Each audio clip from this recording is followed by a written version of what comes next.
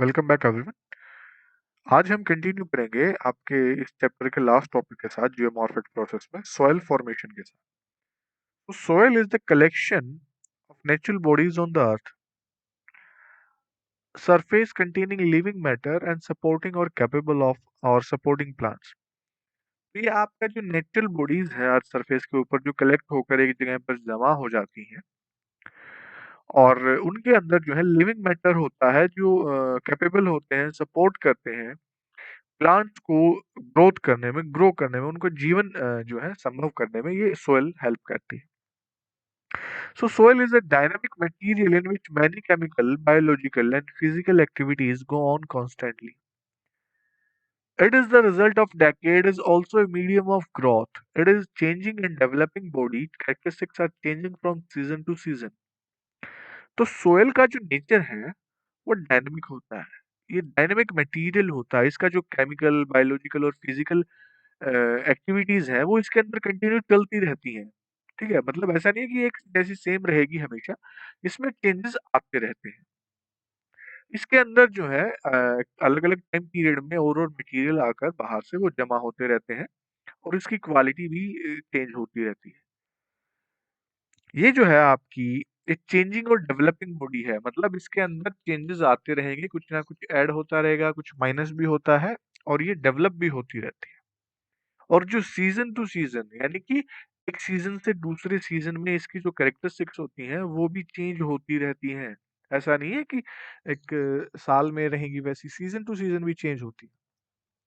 To cold, too hot and dry areas, biological activities stops. Organic matter increases when leaves fall and decompose. तो अगर ज्यादा ठंडा या ज्यादा गर्म इलाका हो या सूखा हो जाए, तो यहाँ पर इसमें बायोलॉजिकल एक्टिविटीज सोयल के अंदर नहीं होने पाती हैं आगे। और ऑर्गेनिक मैटर जब इसमें आकर मिलता है, आई मीन ऑर्गेनिक मैटर कब बढ़ता है, तब बढ़ता है जब जो लीव्स वगैरह, पत्ते वगैरह इसके अंदर गिरते हैं और इसमें मिल जाते हैं, डिकम्पोज हो जाते हैं, तो ऑर्गेनिक मैटर इसके अंदर बढ़ने लग जाता है। Now what is the process of soil formation?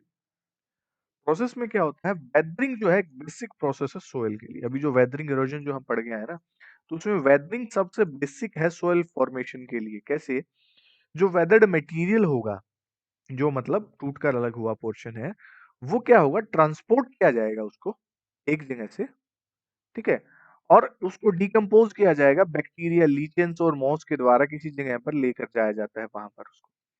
जो डेड रिमेन्स उसके अंदर रह जाते हैं अब किसी भी ऑर्गेनिक मैटर से आकर जो उसमें मिल जाएंगे, वो इसके अंदर ह्यूमस जो है सोइल की वो बढ़ाएंगे, ऑर्गेनिक मैटर को वो बढ़ाएंगे। Minor grasses and ferns can grow, bushes, trees also grow, plants, roots and burrowing animals help the soil formation.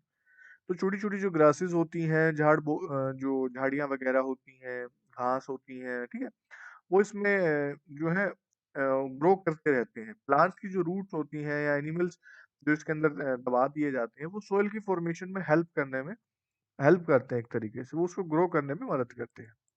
Now there are some forming factors for the soil, मतलब जो soil को form करने में help करते हैं, वो कैसे होते हैं आपके, जैसे कि पहला है पेरेंट मटेरियल। पेरेंट मटेरियल क्या होता है? It is a passive control factor in the soil. It can be any in situ और on site, on site weathered rock debris, residual or transported deposits. Transported soil formation depends upon the texture, size of debris and structure, as well as the mineral and chemical composition of the rock debris. तो मतलब ये एक तरीके से passive control factor है। कैसे? अब ये ऑन साइट भी, मतलब जहां से वो मटेरियल सोयल में फॉर्मेशन में हमने देखा था ना कि वेदर्ड मटेरियल टूट के वहां से एक दूसरी जगह पर जाकर डिपॉजिट होता है। तो ये जहाँ से टूट के अलग हुआ उसके ऊपर भी डिपेंड करता है, और जहाँ पे टूट के जाकर मिलेगा वहां पर भी उसके ऊपर भी डिपेंड करेगा। ठीक है, तो ये इस टूटे हुए पोर्शन के साइज वगैरह, उसके पोर्शन, उसके स्ट्रक्चर पे डिपेंड करता है। इवन उसके मिनरल और केमिकल कंपोजिशन के ऊपर भी डिपेंड करता है, जहां से वो टूट के जहां पर जाकर डिपॉजिट होगा फाइनली। ठीक है, nature and rate of weather and depth of weathering mantle are important considerations under parent material. तो नेचर और रेट ऑफ वेदरिंग, जो आपकी डेप्थ ऑफ वेदरिंग होगी, वो पेरेंट मटेरियल जो होता है ना, उसके क्वालिटी के ऊपर डिपेंड करती है। जैसे कि ये पेरेंट मटेरियल है, इवन जहाँ पर जमा हुआ वो पेरेंट मटेरियल उसके नीचे भी हो सकता है और ऊपर सॉइल डेवलप हो रही है यहाँ पर, ठीक है? और ये यहाँ से टूट कर कहीं और जाकर जमा हो जाएगी तो सॉइल वो भी जो है आपकी सॉइल की फॉर्मेशन वहाँ पर हमें देखने को मिलती है। नेक्स्ट है हमारे पास टोपोग्राफी। टोपोग्राफी क्या होता है? एक पैसिव कंट्रोल फैक्टर है ये भी। Soil will be thin on steep slopes and thick over flat upland areas और gentle slopes where erosion is slow and percolation of water is good, soil formation is very favorable. तो soil जो है आपकी जो steep slope होंगे ना, खड़ी ढलान होगी, वहां पर तो इसकी परत देखिए यहाँ पर स्टीप स्लोप पे काफी जो है पतली है ये, ठीक है? यहाँ पर देखिए जैसे इस स्लोप पे जो है इस स्टीप स्लोप पे काफी पतली है और यहाँ पर जो है जो मतलब जेंटल स्लोप है या फ्लैटलैंड एरिया है वहां पर ज्यादा इसका जो है आकर जमा होती रहती है। और इसी के लिए इसके लिए जो आपका फ्लैटलैंड एरिया होता है या आपका जो जेंटल स्लोप्स होते हैं वो सोइल की फॉर्मेशन के लिए जो बेस्ट प्लेसेस माने जाते हैं, मतलब वहां पर ये जमा होती रहती है धीरे धीरे, क्योंकि स्लोप जो स्टीप स्लोप होगा तो उस पर जमा होने में उसको टाइम लगता है। Soils over flat areas may develop a thick layer of clay with the good accumulation of organic matter giving the soil dark color. तो सोइल जहाँ पर फ्लैट एरिया होंगे ना वहां पर जो है एक थिक लेयर डेवलप हो जाएगी, मोटी लेयर बन जाएगी, क्योंकि वहां पर ऑर्गेनिक मैटर है वो भी जमा होता रहेगा। पेड़ पौधे वगैरह है वो उसी का ऑर्गेनिक मैटर वहां पर जमा होता रहेगा जिससे सोइल को डार्क कलर भी मिल जाएगा। नेक्स्ट होता है क्लाइमेट। क्लाइमेट जो है आपका ये एक्टिव फैक्टर के रूप में काम करता है सोइल फॉर्मेशन। जो क्लाइमेट के एलिमेंट्स होते हैं जैसे कि मॉइस्चर, जैसे कि इंटेंसिटी, फ्रीक्वेंसी एंड ड्यूरेशन, जो आपकी प्रेसिपिटेशन की ड्यूरेशन होगी या इंटेंसिटी होगी, वेपोरेशन या ह्यूमिडिटी की इंटेंसिटी, क्योंकि कितना ज्यादा बारिश हो रही है, कितनी वहां पर वेपोरेशन है या कितनी ह्यूमिडिटी है वहां पर, तो वो सोयल को अफेक्ट करता है। वहां का टेम्परेचर वहां का अफेक्ट करेगा, ठीक है? सीजन कौन से सीजन में कितना है, दिन और रात में कितना टेम्परेचर वेरिएशंस आती है, ठीक है?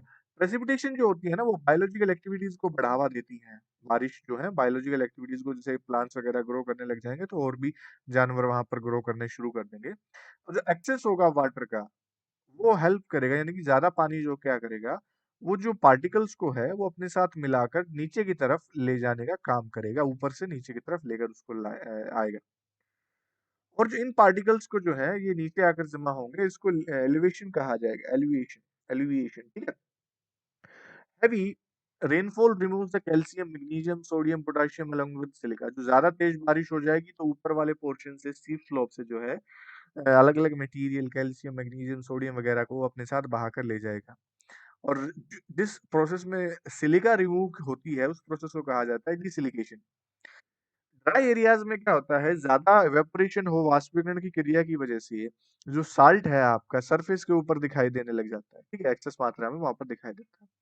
और ये साल्ट लेयर जो है इनको हार्ड पैन्स कहा जाता है हॉट डेजर्ट्स में, जहाँ पर ये सोल्ट की लेयर डेवलप हो जाती है। ट्रॉपिकल क्लाइमेट जो होते हैं मॉडरेट रेनफॉल कंडीशंस में कैल्शियम कार्बोनेट नोडल्स जो है उस वहां पर बनने शुरू हो जाते हैं, जहाँ पर ज्यादा मीडियम बारिश होती है, मतलब।